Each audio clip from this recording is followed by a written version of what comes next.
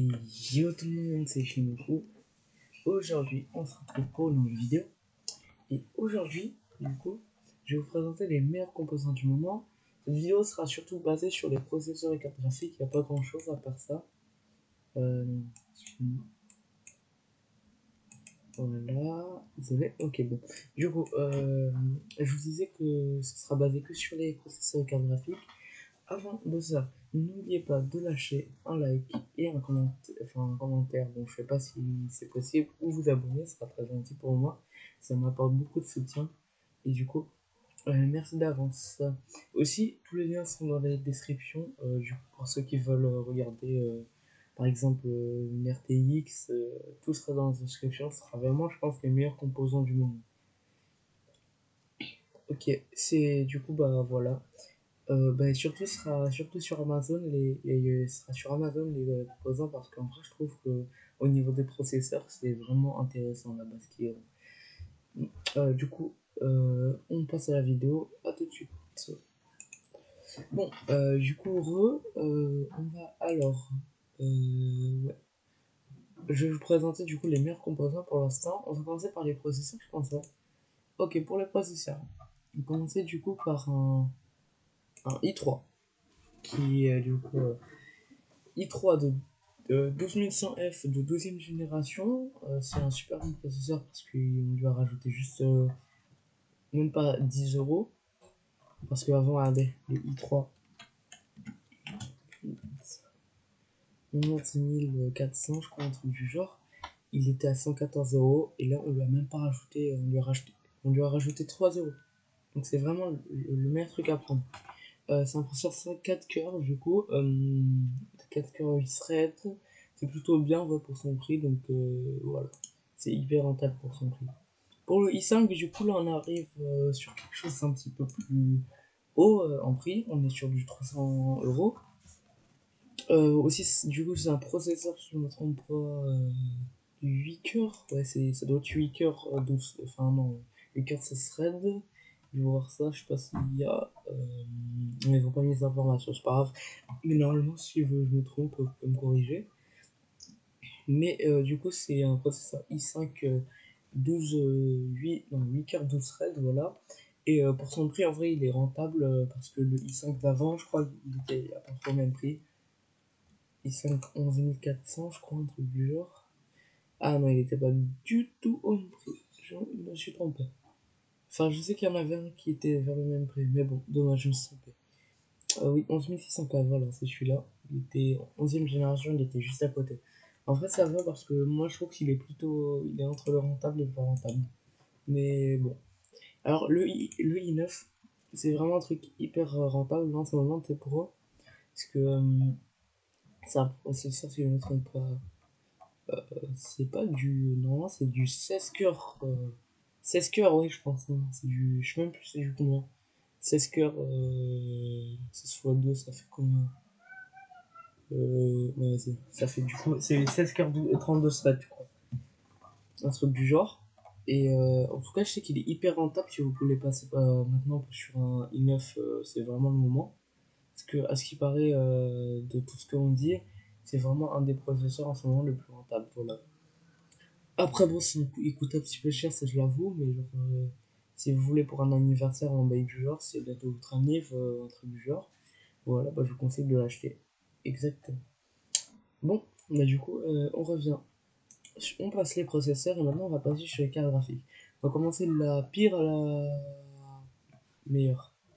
Ouais, ça va être ça, je pense. Déjà, on va commencer par la GT 1030.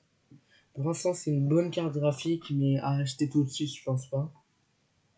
Euh, c'est pas du tout la meilleure, je pense, maintenant. Elle a 2 gigas de. Ouais, 2 gigas de VRAM. Et c'est pas ouf, tu vois. Franchement, c'est pas la meilleure carte graphique du monde. Alors, ensuite, on va passer sur le GTX 1050 Ti. Alors là, ça devient de plus en plus intéressant. Même si le prix il est élevé, 279 euros. C'est quand même un bon prix pour une GTX 1050 Ti. Surtout en ce moment-là. Mais moi je trouve en vrai que c'est super rentable pour son prix. Parce que déjà, c'est du 4 Go de VRAM. 4095, un truc du genre, je sais pas. Et c'est la GDDR5, il y a plein de choses à dire qui sont bien, ça se en HDMI comme toutes les cartes graphiques. Non, attends, HDMI, je sais même pas, j'en sais rien ça. Ouais, connectivité HDMI. Bon, bah voilà, on peut pas vraiment dire grand chose. Il va jusqu'à 1,3 GHz, son processeur. Et du coup, bah, il est plutôt bon. C'est une plutôt bonne carte graphique. Alors, maintenant, on va passer du coup à la version AMD. Elle coûte beaucoup moins cher et beaucoup plus rentable. C'est exactement la même chose que tout ce que j'ai dit, compatible avec DirectX 12. Et elle coûte littéralement 220 euros. C'est le meilleur truc. On économise 39 balles. Et normalement, ça nous rembourse, ça nous donne, ouais, si on fait avec, je vous ai pas dit, vu qu'il y a une offre de solde, mais c'est quand tu achètes un article soldé, par exemple, là, tu vois, économiser 15%, tu gagnes 30 euros, je crois, en plus. Ça dépend si tu as acheté, ouais, plus de 100 euros, tu gagnes 30 euros, voilà. Bon, du coup, bah voilà, pour les cartes graphiques AMD. Ouais, je peux pas dire grand chose, franchement. Moi, je trouve pas par exemple, comme on voit le panneau de configuration Nvidia, il est beaucoup plus clean que celui de AMD. Bon, après, j'ai jamais vraiment essayé, mais je trouve ça quand même. Il est beaucoup plus mieux configuré, quoi, voilà. Alors, passons du coup maintenant un petit peu plus haut à la GTX 1070, ouais. Du coup, avec cette carte graphique, en ce moment, elle coûte 897 euros. Mais quand on regarde toutes les cartes graphiques, regardez, je vais écrire GTX 1080. Là, tu la trouves comme ça, je trouve celle-là. Et quand tu vois là, voir toutes les offres, tu l'as pour genre du 978 euros. Wow. Tu l'as vraiment pour grand chose, quoi. Des grands prix. Mais moi, je trouve que c'est vraiment un bon prix pour une GTX 1080 Ti. Enfin, 1080. En plus, elle est à la 8 Go de VRAM, c'est super bien, je trouve. Bon, on va passer maintenant du coup à RTX 2060. C'est le début des grosses RTX. Là, on est du coup sur 18 Go de VRAM et non, elle est overclockée, elle peut s'overclocker et elle est en SC, je crois, un truc du genre. Je suis pas sûr.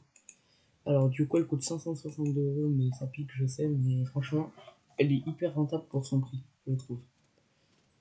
Enfin, pour son prix, pas forcément rentable parce qu'on peut la trouver beaucoup moins chère, je pense, mais pour sa qualité, ouais. Maintenant, on passe du coup à la RTX. Attends, c'était laquelle du coup?